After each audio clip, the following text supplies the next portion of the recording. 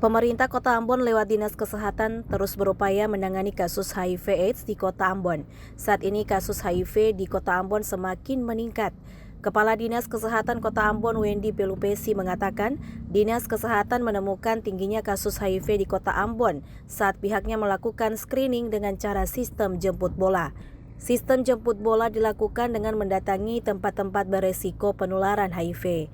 Saat ini Dinas Kesehatan Kota Ambon telah menyiapkan beberapa puskesmas yang siap untuk melaksanakan pemeriksaan terhadap warga kota yang ingin memeriksa atau menderita virus HIV atau tidak. Kita mengantisipasi lajunya kasus HIV di Kota Ambon. Kenapa kita cepat? Karena selama ini kita menjemput bola. Kita melakukan screening atau deteksi dini kepada semua orang yang berpotensi dalam hal ini untuk tempat-tempat yang berisiko. Penularan HIV/AIDS yang ditemui paling banyak melalui seks bebas, ada juga melalui jarum suntik, narkoba, dan dari ibu ke anak.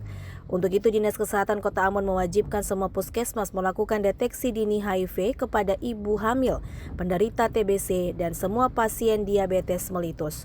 Novita Bonara, Samsudin Sanduan melaporkan.